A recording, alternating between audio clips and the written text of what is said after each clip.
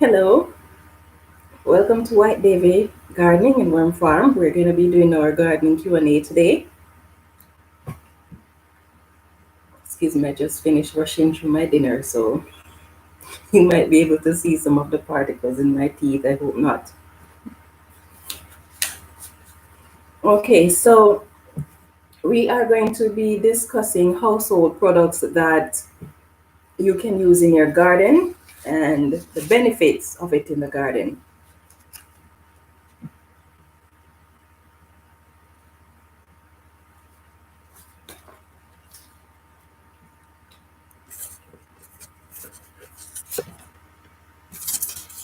Okay, so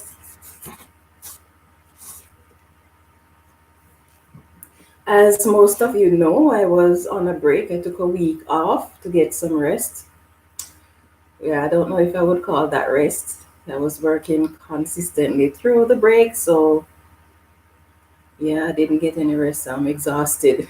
The only break I got is that I wasn't doing YouTube.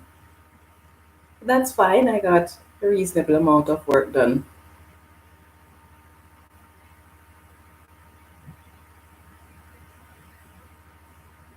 Hi, Han White.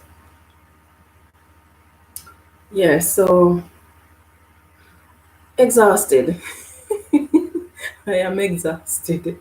How are you?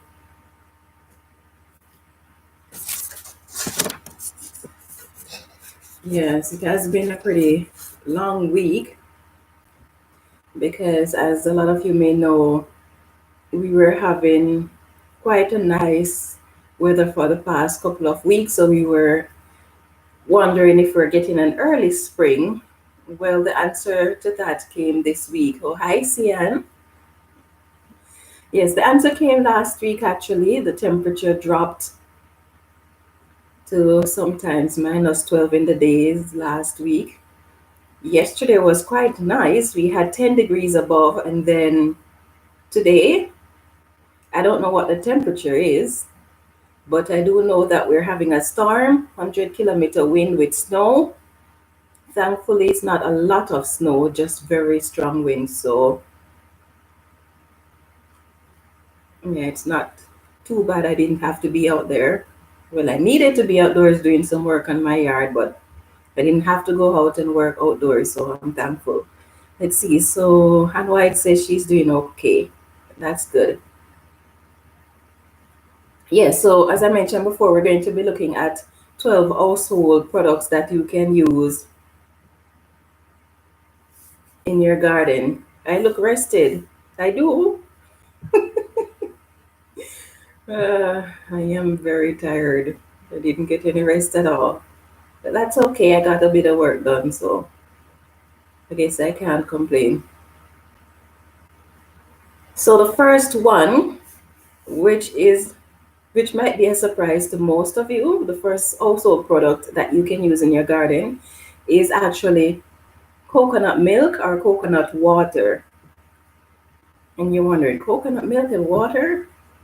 Well, the coconut water helps with germination, so it will help your seeds to germinate, and it also helps with root development. So you use if you have a lot of coconut, then you can just open the coconut and use the liquid in it in your garden.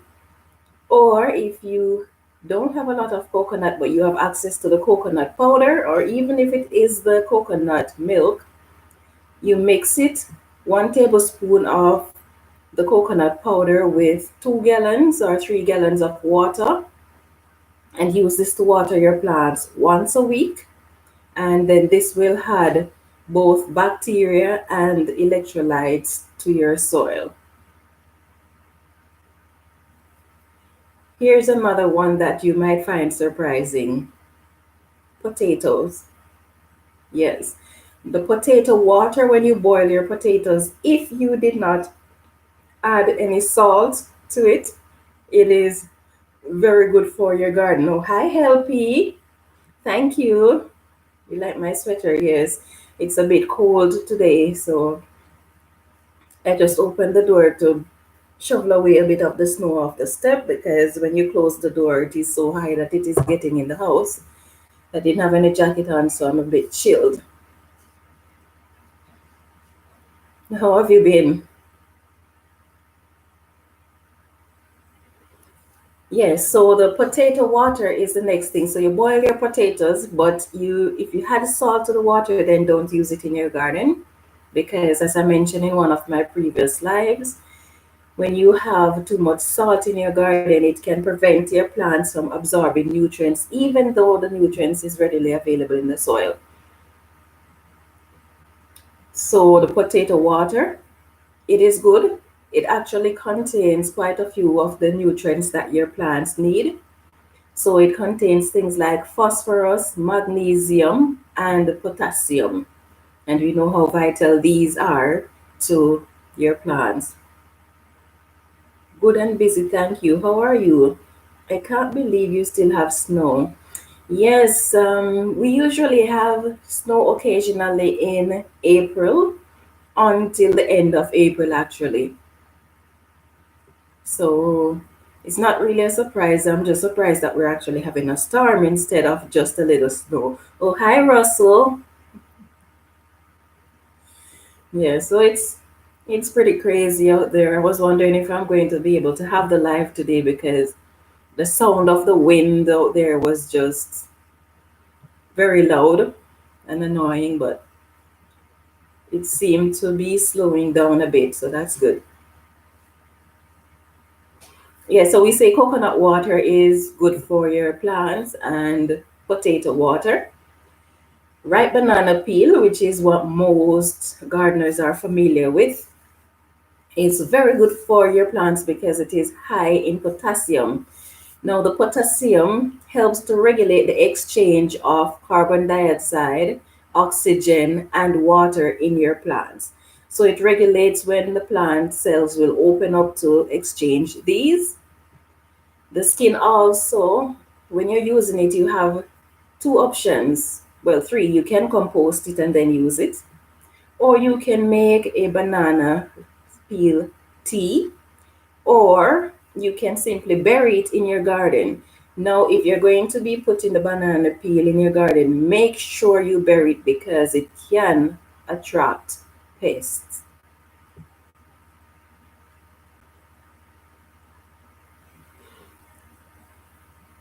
Now, when you use banana peel in your garden, it helps to strengthen your plants. The stronger your plant is, the more likely it is for it to resist pests. So these are the benefits of using banana peels in your house.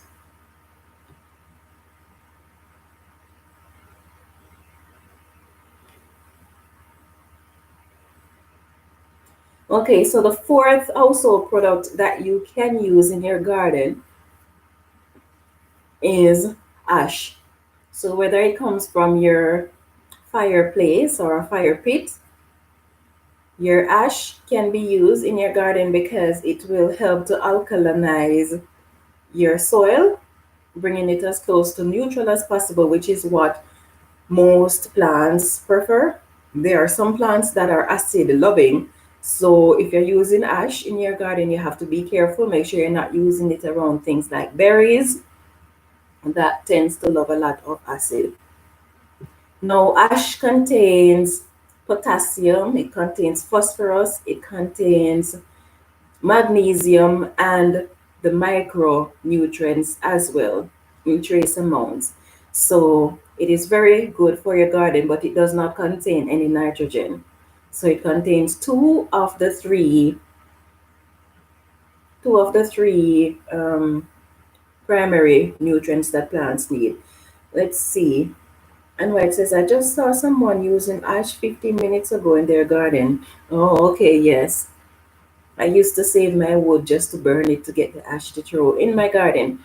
And one other benefits apart from the nutrients that ash provides for your garden is that it is a good pest repellent. Growing up and watching my parents gardening, they used to use it to repel things like snails and slugs, and it works pretty well. They don't like it.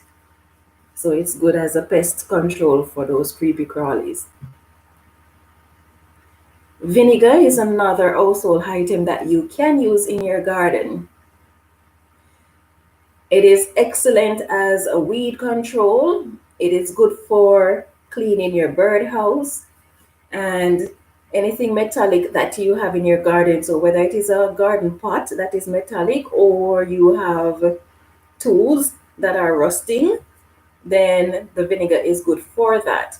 Now, a bit of precaution if you're going to be using vinegar in your garden to control weed is that the same effect that it can have on the weeds, it can have on your plants, on your vegetables. So, if you're going to be using it for weed, I'd suggest you use it for things like dandelion or stuff like that in your lawn. But it might be a good idea not to use it around other vegetables because it can damage them. The sixth household item that you can use in your garden, this one is a pretty popular one too, is the eggshell. Because as mentioned in previous videos and lives, it helps to neutralize acid in the soil. It also provides calcium for plants that loves calcium, like your tomatoes and peppers and other vegetables that produce other plants that produce fruits. Now, because it takes a long time to break down, if you're going to be adding it to your compost bin or you're going to be adding it directly to your garden, it is a good idea to crush it as fine as you can, whether you're going to pulverize it or you're going to be uh, processing it in a processor. It's best to get it as refined as possible because then it will break down quickly because it can be in your soil for up to 5 years, depending on the size of it. Let's see, CN, no, not CN, and why it says, I use it as pest control and it killed my plants. Oh, I'm sorry to hear that. Yeah, yeah, it's not a good idea to use vinegar around your vegetables. And if you're going to be using it, you have to dilute it, like really dilute it. Oh, hi, Nikki. Yes, and eggshell is also good for preventing some pests like the snails and the slugs. And surprisingly, it is even good for repelling deers because deers do not like the smell of the egg, so it will repel them. It is also said to make a very good mulch for your garden if you can get it in large quantity. It takes quite a while to build up enough or to save up enough eggshells to use as mulch in your garden, but it can be aesthetically pleasing to your eyes, to the eyes when you use it as a mulch, and especially if you have both the white and the brown ones. You might be able to collect the eggshells from neighbors or from places, restaurants that supplies breakfast containing eggs. Let's see. Okay. The seventh one is coffee grounds. Coffee grounds is very high in nitrogen, and the nitrogen helps your plants to grow healthy and to increase your foliage.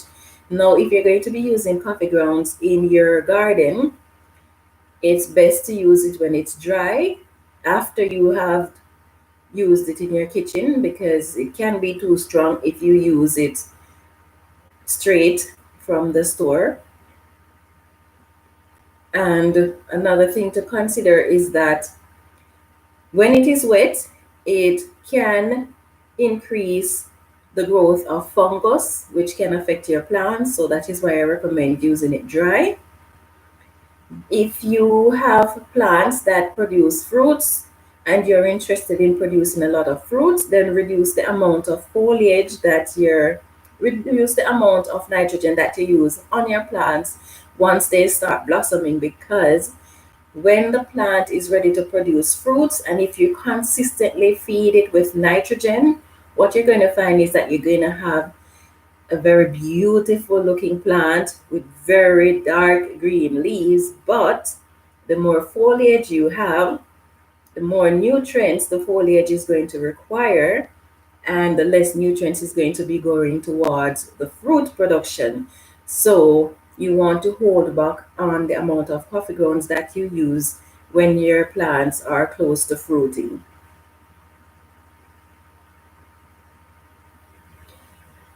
Here is one that is very surprising to a lot of people. Hair. The hair on your head or the hair from animals is a very good fertilizer. Just a minute, please.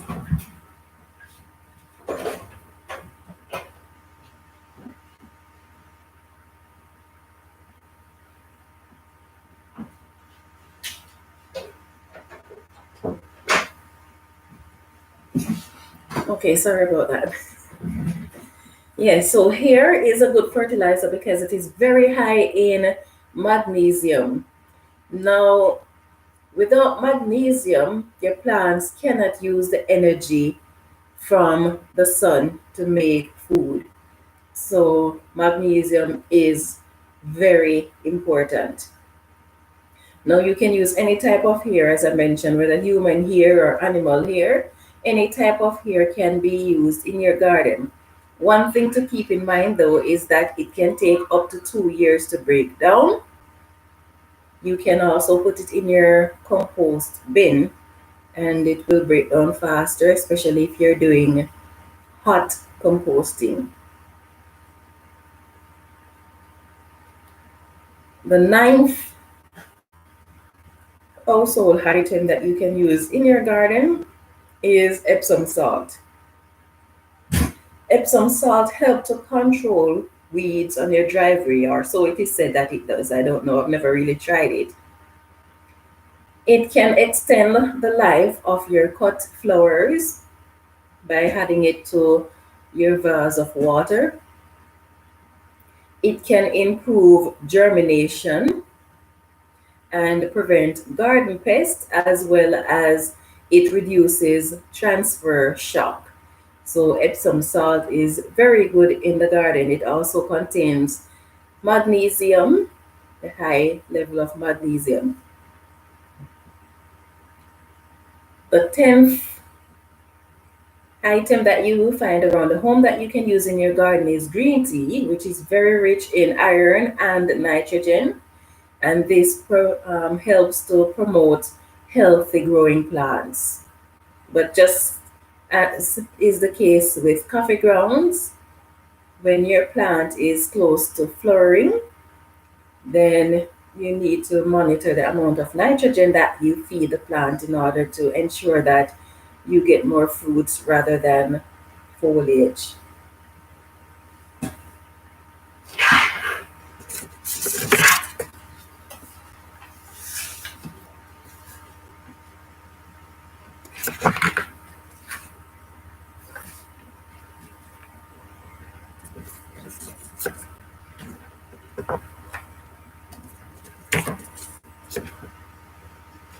Okay, so the 11th item that you can use in your garden is actually copper coin. Did you know that copper coin is actually a fungicide? Yes, copper is a fungicide, and so you can bury the coins in your garden, and it will help to protect your plants from some types of fungus. And the last also item that we're going to be discussing today is urine. It is very rich in nitrogen. It's a very good fertilizer. Now, if you're going to be using urine as a fertilizer, then it should be diluted 10 parts water to 1 part urine. If you're going to be using it for your seedlings, then you want to make sure that you dilute it more than 10 parts, because it will be too strong for the young seedlings and may damage them. Yes, Nikki. I've got lots of urine. Yes, I guess that's one you don't really run out of, eh? Yes.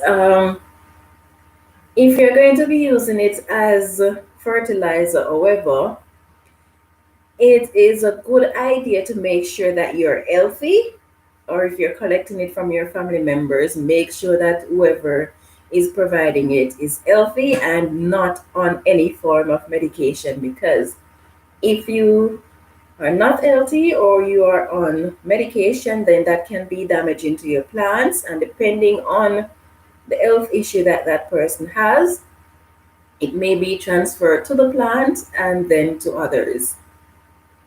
Let's see, Nikki says, I drink so much water. I wish I could drink a lot of water. I struggle to drink water constantly. I don't know. I'd rather eat ice to get the water than drink the water for some reason. I don't know what the big deal is, but yeah. See? Okay, LP is talking to Ann White and Nikki. Yes, and another thing, what was I gonna say? Something about the urine. Yes, another thing about the using urine as a fertilizer is, oh my goodness, it's gone again.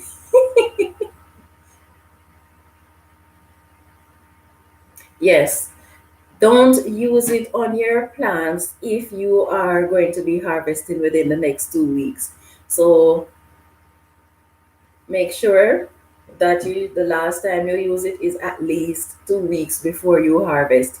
And it's best to put it at the root of your plant and not directly on the foliage of your plants, because it can cause damage to your plants. Let's see.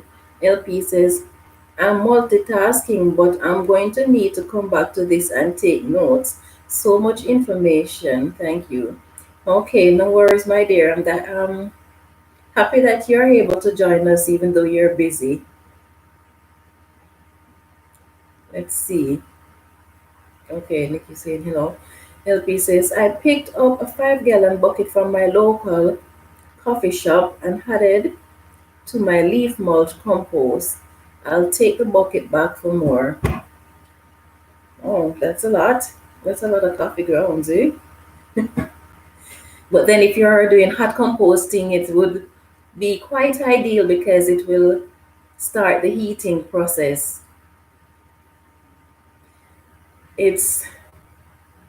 We had about 2 or 3 weeks of nice warm weather. Occasionally it will get on the colder side, but for the most part it was fairly warm. I must be turning Canadian that I'm saying it's fairly warm. Fairly warm mean like 2 degrees, 5 degrees above. Yes, so it hasn't been too bad, but I thought by now I would see at least my compost starting to thaw out, just barely thawing out at this point in time.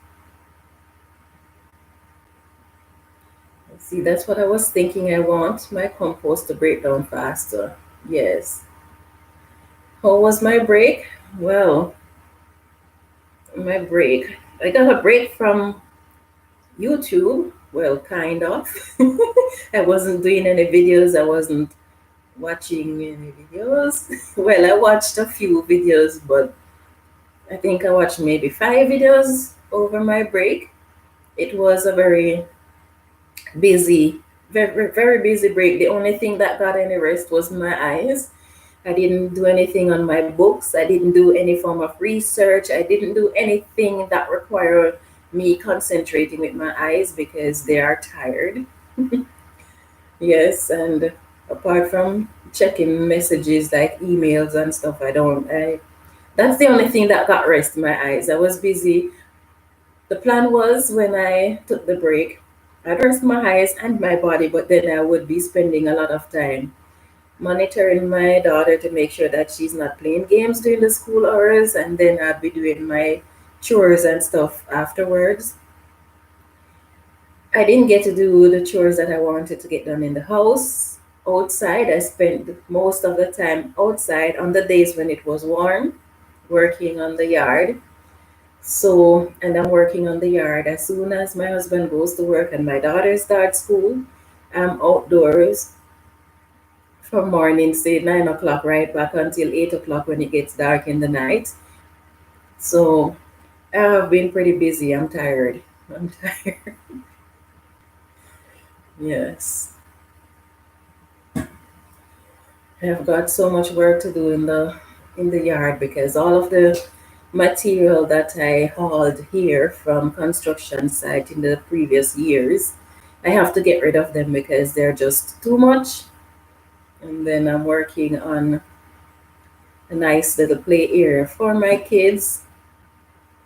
So it's a lot of work to get done. I said, never mind. Yeah. All the hard work will pay off. I certainly hope so. I hope I'll be able to sit down comfortably in my yard and look around without seeing any junk from the construction site or anything of the sort. Yes, and I'm hoping that this year, for the first time, my backyard will finally have a nice lawn. Because from the moment we bought this property until now, it has always been just wishy washy. So I'm going to be reseeding it. Speaking of which, I need to go get some seeds. I'm going to reseed it and then collect some more mulch because over the winter I can see where the mulch has, not mulch, but the compost that I spread over the entire backyard. I can see where it has settled, so I have a bit of hill and gully. So I'm going to have to get some more, make some more trips to the compost depot and try level it off and reseed it. Let's see, Helpy says, you are a hard-working woman, way to go. Hard working, but working a little bit too hard.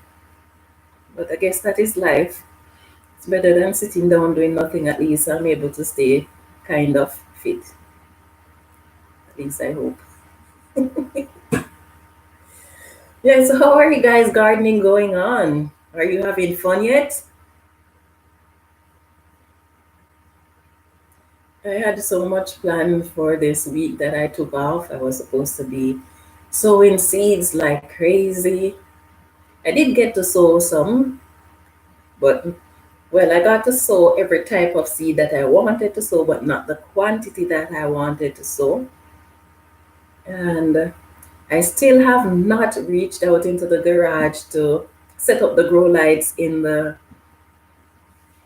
greenhouse just yet. I don't know. I don't know when I'm going to get around to that because now that I've taken the break from YouTube for a week, I wasn't doing any recording. So I'm going to have to take the next 2 days to record the videos for the next week or two.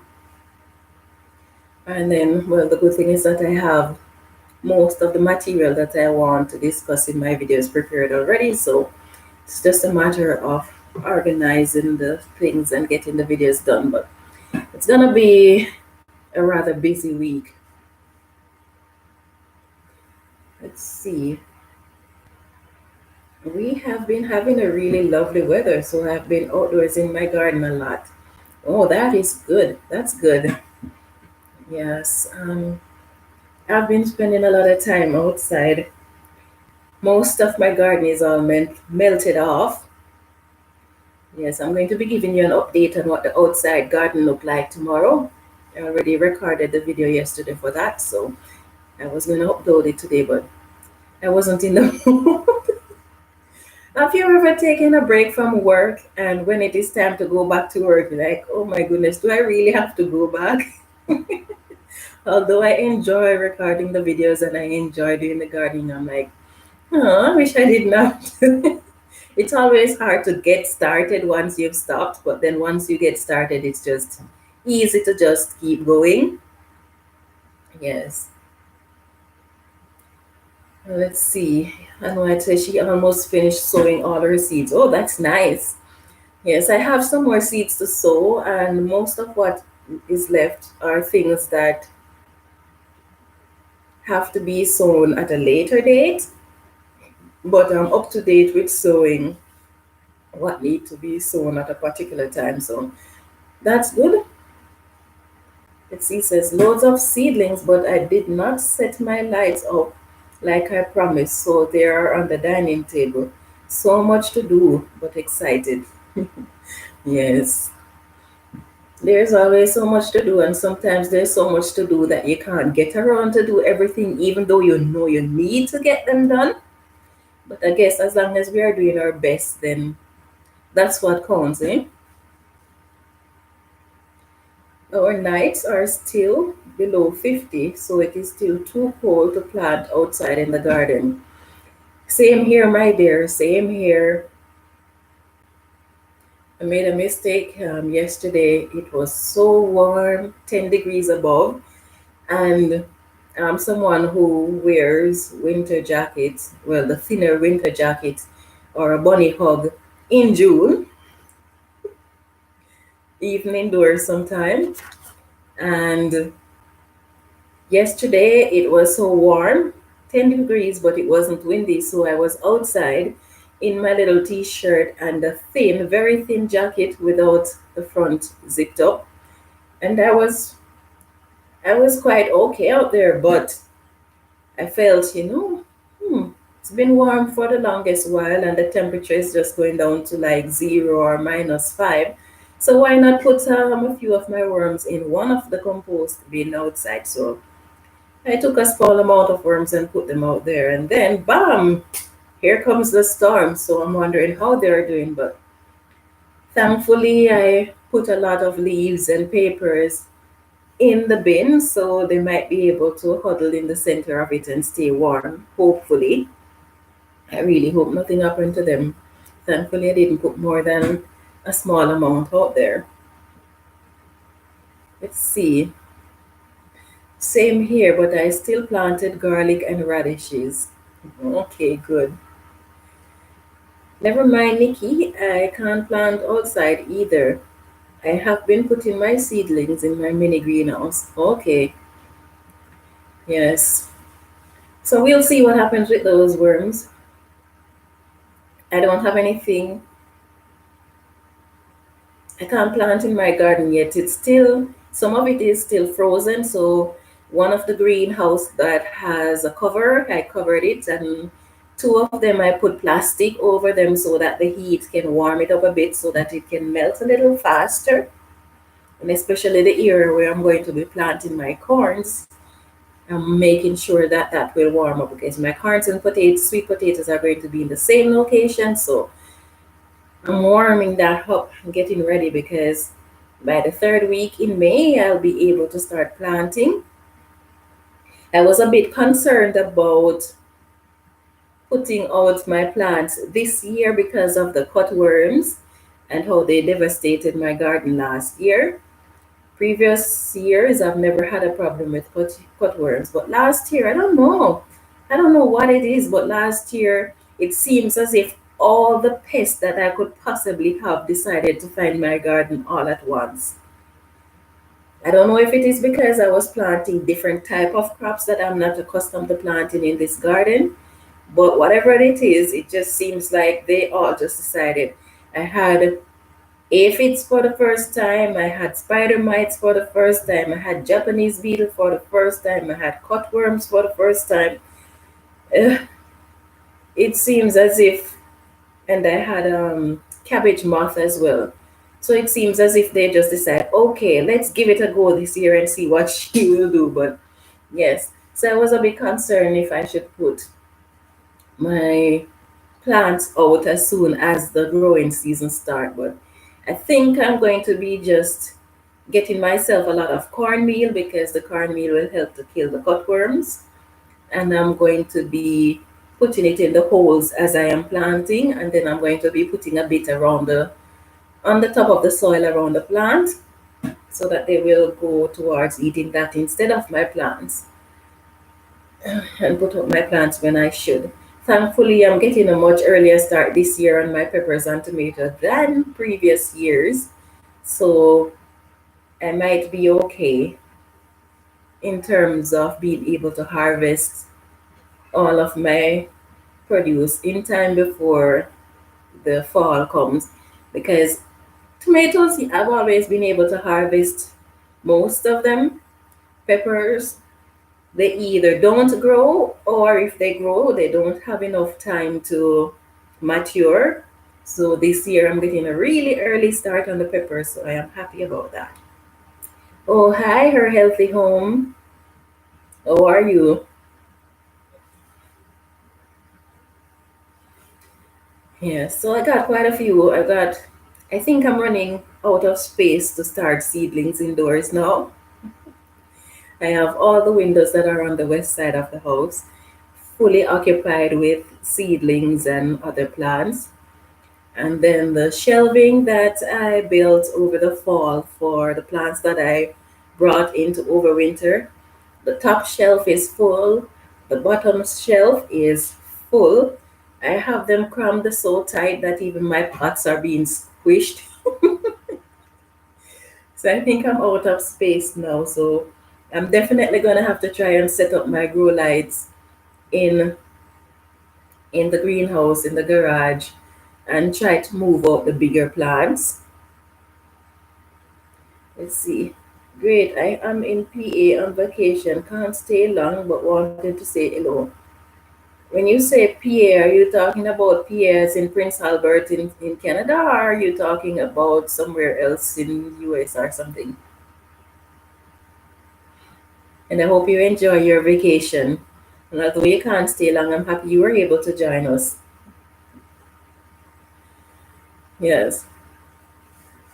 So I got quite a few, but you know the funny thing, although I have, oh, Pennsylvania. Okay. I hope you enjoy it. It's nice to get a break from time to time. Yeah, so although I have a lot of seedlings started, I don't have a wide variety of seedlings started because it's mostly peppers and tomatoes and onions that I have started. But because I have such a wide variety, because this is the first year I'm actually going to be growing a lot of varieties of peppers and a lot of varieties of tomatoes. I think I have maybe 8 different varieties of tomatoes. Usually every year I only plant like my beef steak and my Roma tomatoes. I don't really care about the rest. And then this year I have quite a few, and then my Scotch bonnets and other peppers. I'm not really a big fan of chili peppers, but I'm planting chili, and especially one they call balm chili, because I'm testing to see if it is the type of chili that my parents had when we were growing up, because that's such a flavorful pepper, and my parents are the only one I've ever seen with it. And I've been searching all over to see if I can find it for the flavor and have been unsuccessful. So I found this balm chili that looks like it could be it. So I'm hoping we'll see how that goes. And that has germinated, so I'm happy. Now I need to plant some more of those seeds just to make sure that if something goes wrong with the ones that germinate, I will still have more. So what are you guys growing at this time? Are your plants close to being transferred outside in terms of size or in terms of weather?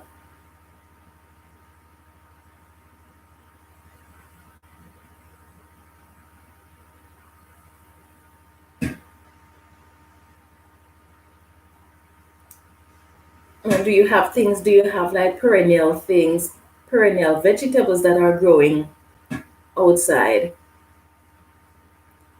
I don't have any perennial vegetables growing outside. Well, no, perennial vegetables would not last in my region anyway because it cannot stand the cold. Some flowers can, but not the vegetables.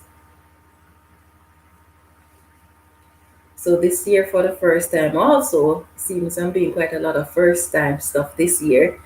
I'm going to be planting quite a few flowers. So I'm cleaning up an area close to the house where I'm going to be putting quite a bit of flowers. And then when I build my kids' playground, I'm going to be planting three sides of, I don't know if I should call it playground, their sandbox. I'm going to be putting flowers on three sides of it. So let's see. No, I can't transplant anything just yet, but I've got purple broccoli. Oh, purple broccoli. I've never heard of that, never seen that. Interesting. Yeah, I do not like flowers. Okay. Yeah, no, you always say you don't like flowers. LP says, good for you for trying new stuff. I am too. That's good. It's exciting to see different things in the garden, different things growing. I tried petunias. I started some seeds when I think maybe a month ago, or more than a month ago, a little maybe 6 weeks, and they germinated. I cured them according to how they're supposed to be cured, and they are not doing well. I think I have maybe three plants, and they are about quarter-inch high from that time till now. And they germinated about 3 weeks, 4 weeks, 3 weeks ago, and they're just like, "Hmm." I'm like, what's going on with these things? So I'm thinking, yeah, if it's not gonna do well, I'm just gonna buy the plants and propagate it. But yes, this year I'm going to be growing flowers. Usually I don't plant flowers because I don't have space in my garden for flowers. So now I'm going to be putting it close to the house where I don't have any garden. And then I will end up having some flowers. See, sis. Um, Nikki says, my broccoli withstood our cold weather. Oh, that's nice. Yeah. I had broccoli and what's that? Kale that I had in a pot outside, and I said, okay, I want to see what's going to happen with this. So I let them stay out there, and when I went out there after the things in the garden started to thaw, and I did like this, and it just squished.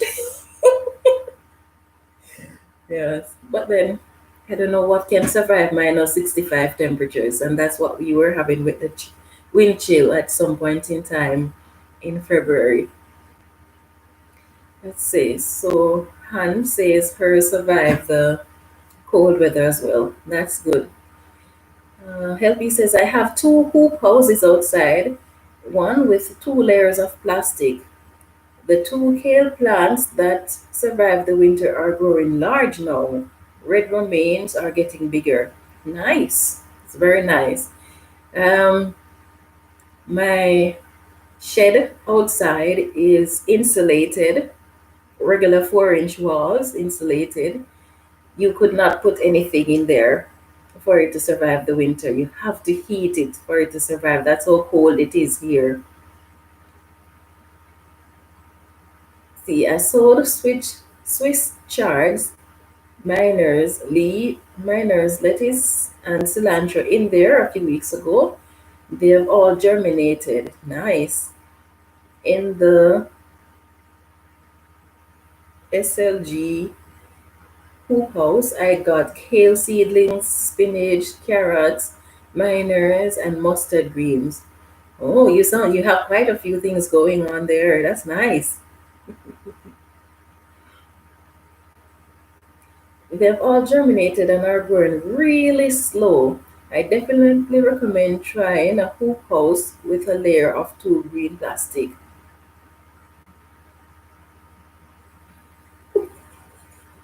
Oh, that's what GL stand for. Single. Okay, single hoop house. Okay. Yes. That would the double plastic would not work in my region. The only solution to growing outdoors in my region is heated greenhouse. If it's not heated, it does not make sense you even try because it will not work. The temperature is just too cold. This place, a guy who was born here, he said the only people who should live in Saskatchewan are hardened criminals because this would be a good punishment for them. So I'm asking myself, what am I doing here if that is the case? It's just too cold, man. We started the the fall with a snowstorm. It is now April. Usually at this time of year we would get an occasional snowfall, but nothing heavy. We got a snowstorm today, 100-kilometer wind. So I'm like, you start with a snowstorm and you finish with a snowstorm. What's going on? I was so getting excited because I was able to see most of my yard without snow, and now everything is white. I have about 5 inches of snow sitting on my step at the moment. So I don't know what I'm doing here. Inside I have too much to name. I too am growing flowers this year's. Save the pollinators. Okay, yes.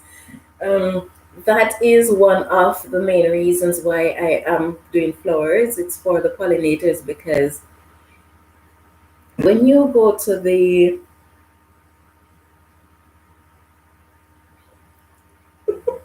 yes, my brain always sleeps. You know that by now.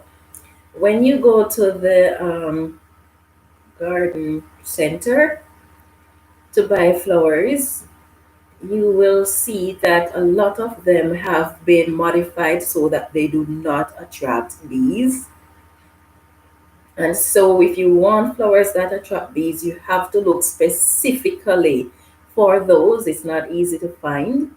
And I don't know what is the sense of planting flowers if it does not attract bees, or if it's not attracting bees, it's not going to attract the other insects either. So I don't know what's the point of doing that. So this year I'm going to be planting quite a few different flowers in order to see if I can attract some pollinators. Last year, and especially the year before that, my garden was suffering terribly because there were no bees. I don't know what happened. I ordered some bees because I was thinking of raising some. That was 2 years ago. And I got a call saying my bees are ready. I should come and pick them up. And then I got a call says no, they're not ready. I should wait another 2 weeks. Then I got a call says they are ready. Then I got another call says I'm sorry, there won't be any bees this year. And this didn't happen to just me. It happened right across a lot of Canada. There were no bees.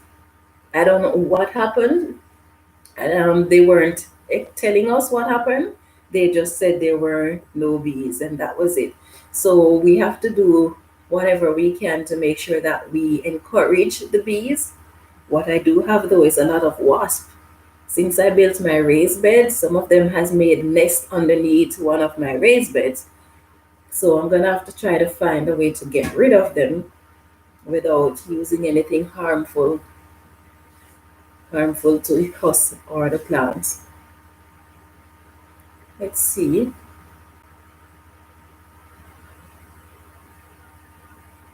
Would it work at this time of year? It still gets cold here with more below freezing temperature in the future, but the hoop house they're managing. Oh my gosh, another snowstorm. Yes. I don't think it would work at this point in time either because I covered my one of my raised bed as I mentioned before with my a very thick plastic, and when you put your hand underneath it, it's not warm enough, and that is in the day that I'm outside doing that, and at night it get a whole lot colder. So I don't know if it would work at this point in time. I know that in the first week of May then it will work, but not at this point in time because I brought my greenhouse out last year with my seedlings. I brought them out the last week in April. It was just too cold for them, so I had to bring my plants back indoors. So time will tell. We'll see what happens with that this year. See, you're not alone. My brain abandons me sometimes. Yes, it have a mind of its own, so we just follow wherever the brain takes us. Really, why don't they want to attract bees? I don't know. I don't know if maybe because so many people are allergic to bees sting. I have no idea. But then and again, I don't know how Canadians think, so I can't answer that for you. They don't really think the way I would expect them to think. They don't think the way I think, at least. So I can't really answer that for you. But yes, a lot of their flowers do not attract bees.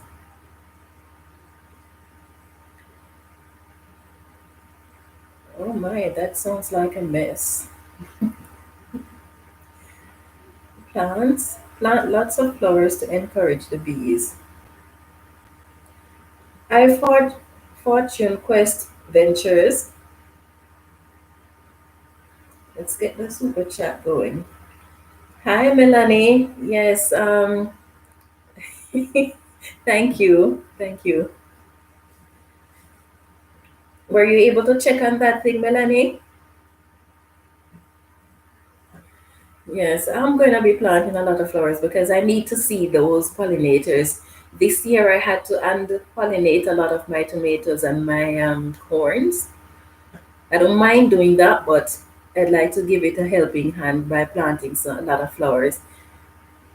Of course, I still have to be careful where I put those flowers because my kids, when they see bees, my son would cry like crazy because my daughter instilled some fear in him about the bees. So when he sees them, he will just start screaming. So,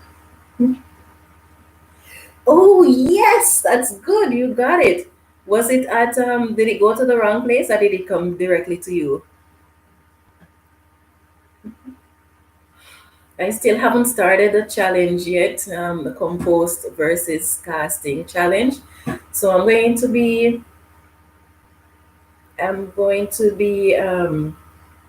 going to the lumber yard or to their Home Depot and see if I can get some soil because that's the only thing that is stopping me from starting the challenge so far. Let's see. What kinds of tomato are you growing? I have beef steak. I have Roma, two different size Roma. I have cherry Roma as well.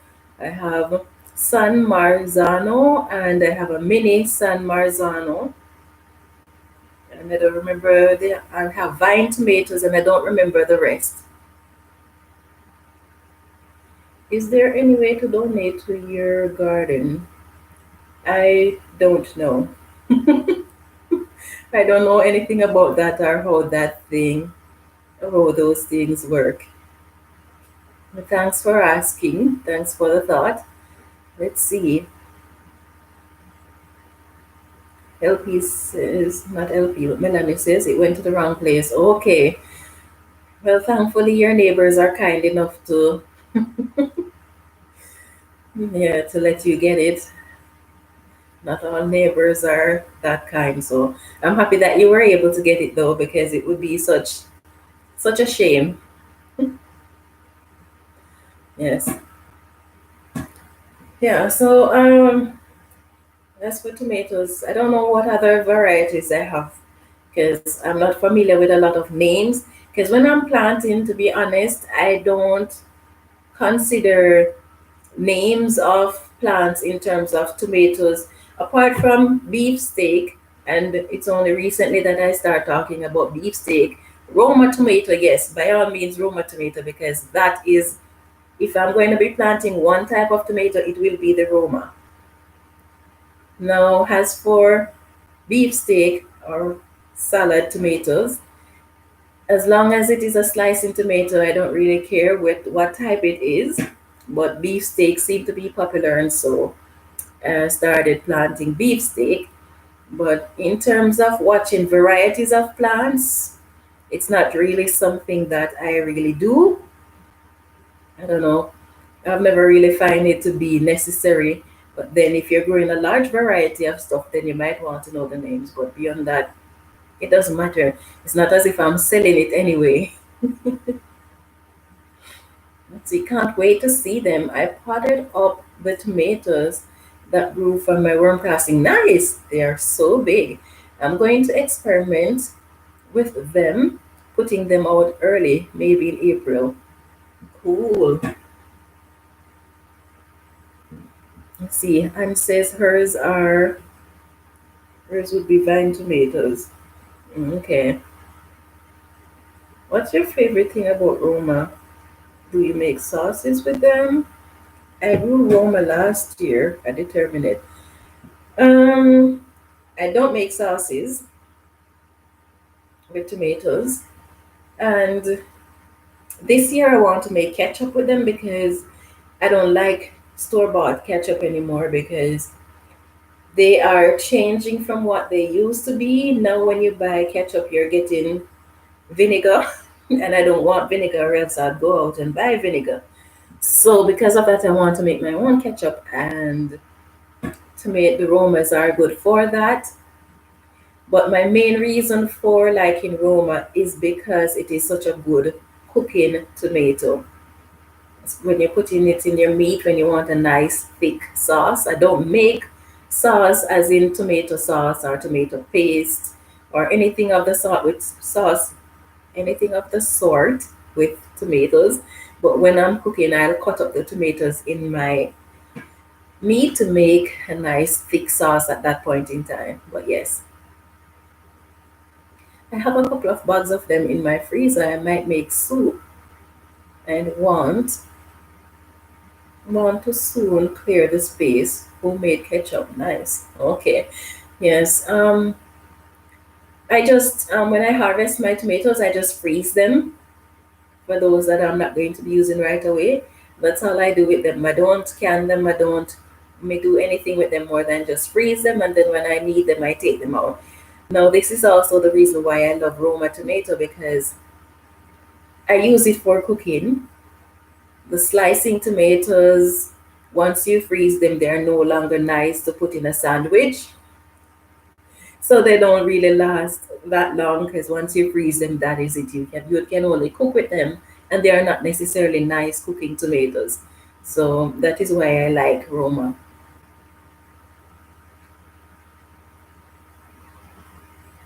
Oh, I see. Good info. I've been debating growing Roma again. I got three new kinds of tomatoes to grow this year. Nice. What type are you growing? So this year I went to the store and bought Roma tomatoes because when I buy the Roma seeds, the tomatoes that I get are the smaller ones, but the ones that I see in the store, they are huge.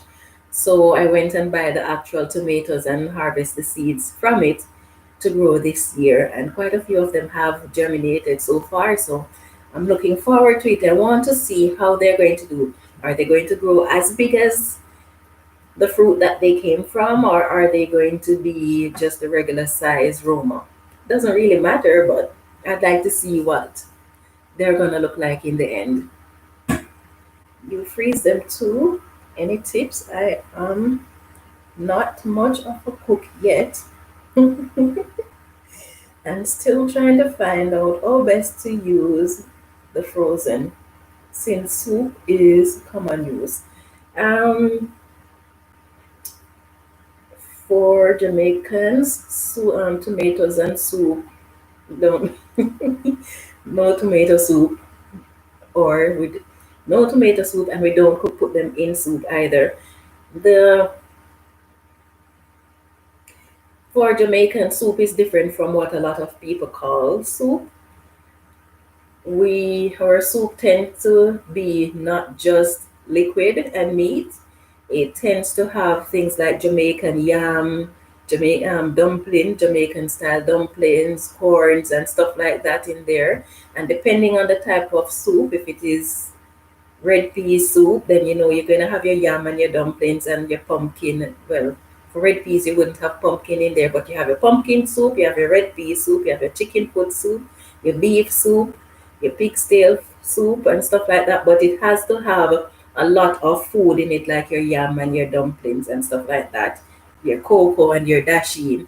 But as for tomato, pretty much I use the Roma for cooking. So any meat at all that I'm cooking, if I am stewing it, then tomatoes would go in it. So if it is a stew meat, so if it's beef, chicken, pork, whatever, if it is stew, to thicken my sauce, the Roma tomato is what I would use. And I just freeze them just as they are, and then when I'm ready to use them, I just take them out and dice them up while they're frozen. Yeah, let's see. Yes, I think I'm finally running out of tomatoes. I have tomatoes in my fridge from last year, and I have a few that has been in there from the year before. But like you, I need to make some space in the freezer. So I'm trying to use out a lot of the stuff that are in there so that I can make space for the things that I'm going to be harvesting this year, because I'm doing things a little bit different this year.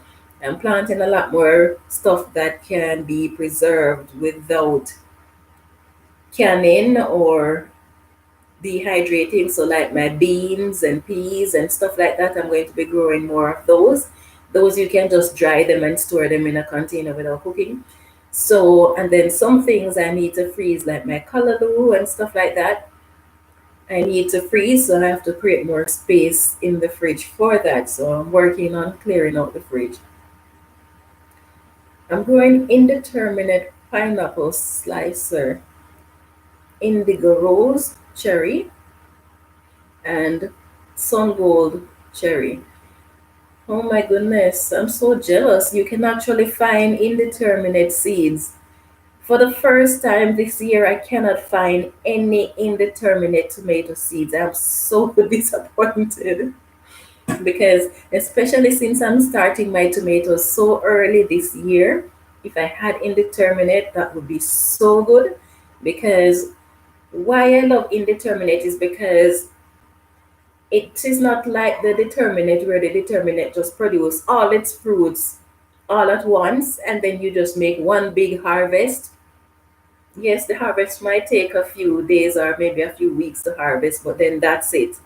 With the indeterminate, while you are harvesting, the plants is just blossoming to put on new fruit. So that is why I love indeterminate. But I don't know, I just can't find any indeterminate seeds this year. It's crazy. And I don't really think a lot of people here go after indeterminate because the growing season is so short. But then I'm starting the plants indoors, so I would get a longer growing season. So having the indeterminate would be so nice. But I guess that's it.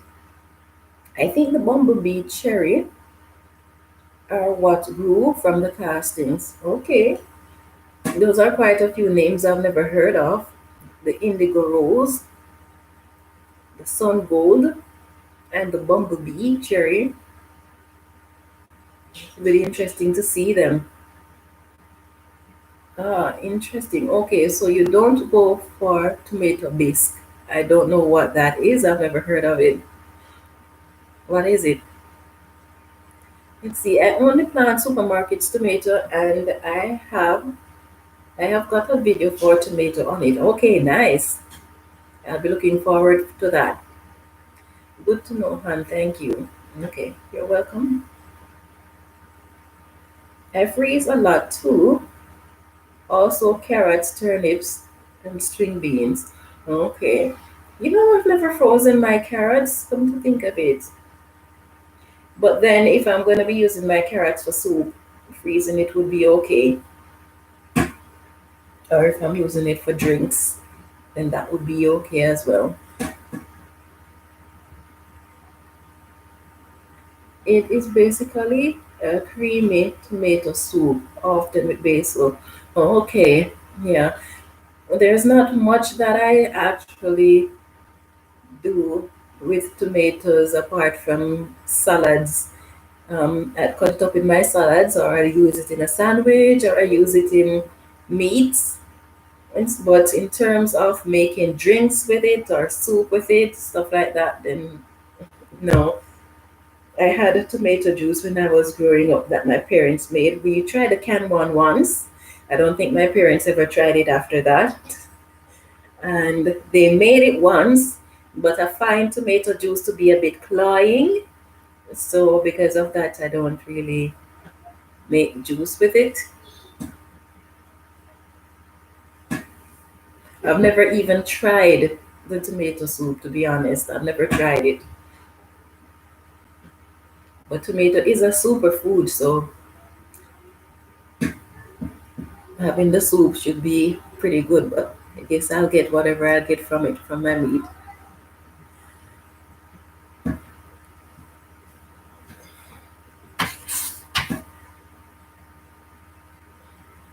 What's delicious? The tomato soup?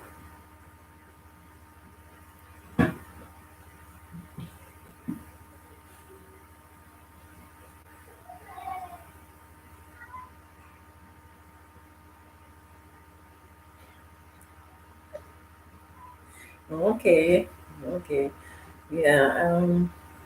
I don't know if I should try. If I try that, how that would fly with with my hobby. In the States and perhaps elsewhere, tomato soup and grilled cheese sandwich are popular combination. Oh, interesting. Yes, I know even Canadians like to talk about their tomato soup, but I guess it's a matter of what you're used to and your culture. Yes, but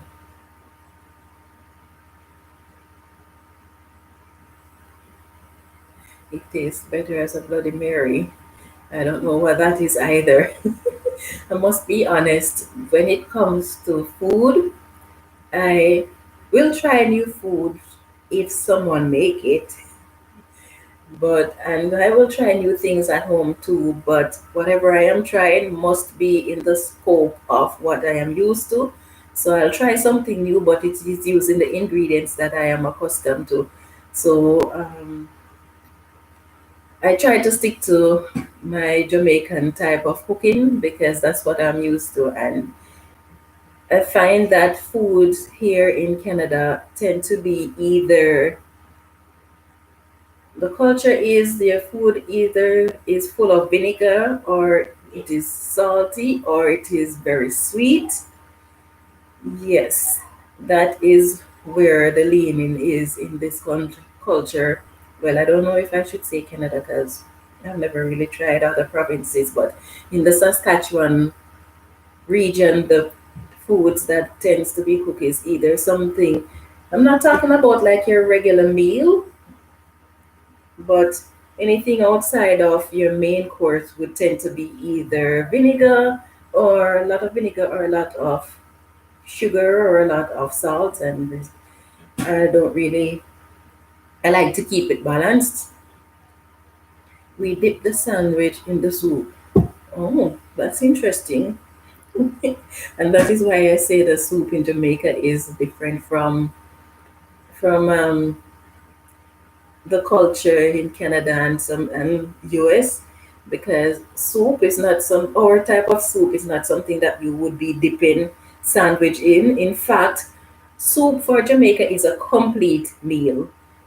So you don't have drinks with it. You don't have anything else on the side with it because soup is a complete meal. You have your staples, you have depending on the type of soup, you might have vegetables in there. Um, you have your peas and beans and your meat. So you wouldn't have anything else with it. It's just a complete meal.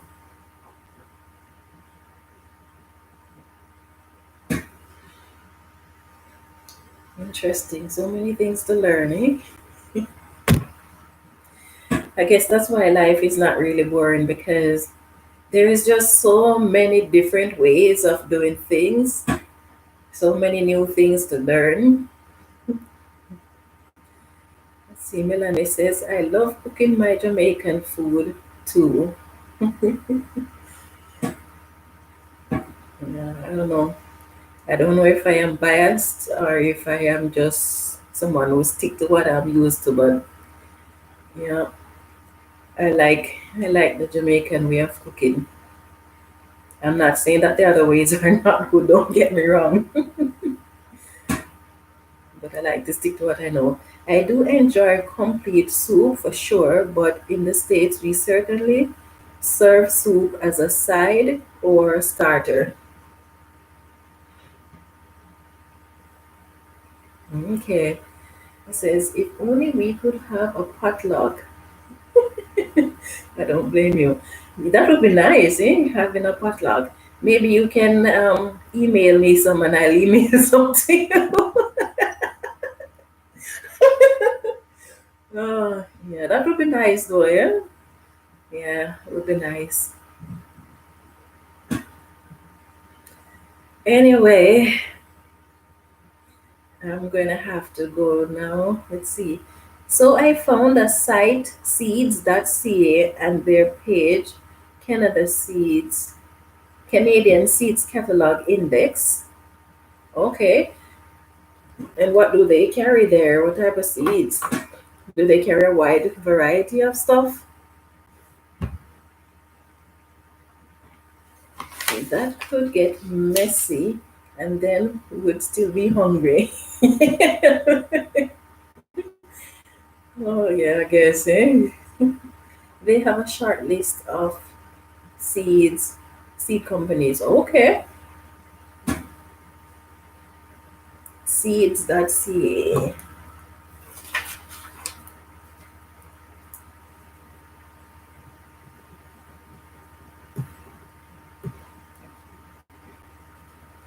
Yeah, jot it down so that I can go check it out. Although I won't be buying, the only seed I need at this point in time are beets, because I thought I had a lot of beets, but when you buy beets here, they you get a few beets in a package, and I had two packages, but unfortunately I didn't realize that one of the package was already being used, so it only had a few seeds, and the other one was just a few seeds in there as well. Full, but just a few seeds. I'm gonna have to get some beets, but apart from that, I don't really need any more seeds at the moment. But I'm gonna check them out so that I can see if there's any seeds they carry that I can get for next growing season. Yeah. Yeah, so I guess I'm going to be ending this live here shortly. It was nice talking with you guys. I had a lot of fun. Learn a lot about your tomato soup and having it with sandwiches. Yeah. So thank you all for taking part in the discussion, and I hope you have a wonderful evening.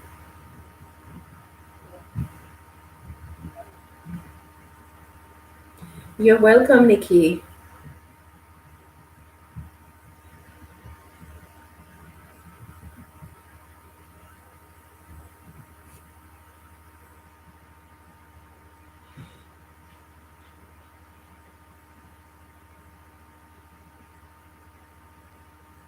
Good night, Han.